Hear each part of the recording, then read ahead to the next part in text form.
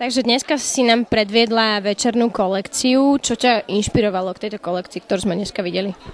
Inšpirovala sa hlavne samou sebou, aby tie šaty boli niečím dominantné. Niektoré šaty boli zase naopak jednoduchšie strihy, ale zase mali dominantné trblietavé šperky, doplnky.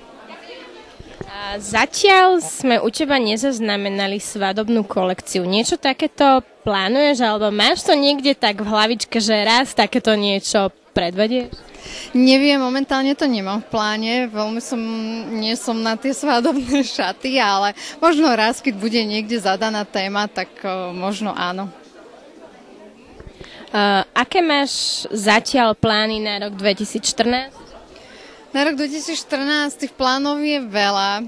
Zase by som mala pripravovať ďalšia kolekcia, čiže jar, leto. Takže už tak pomaly od január, február by som mala začať.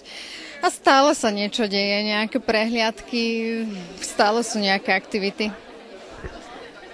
Čiže ako sa darí v Bejrute?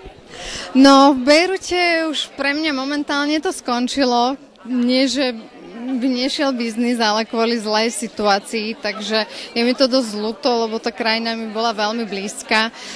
Musím si zaklopať, že bolo to tam veľmi dobre, čo sa týka mojej práce, ale bohužiaľ iná občianska situácia momentálne to nedovoluje.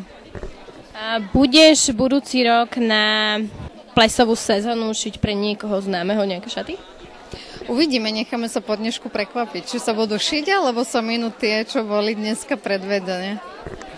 Takže vyzývame, kto ešte nemá, nech sa páči.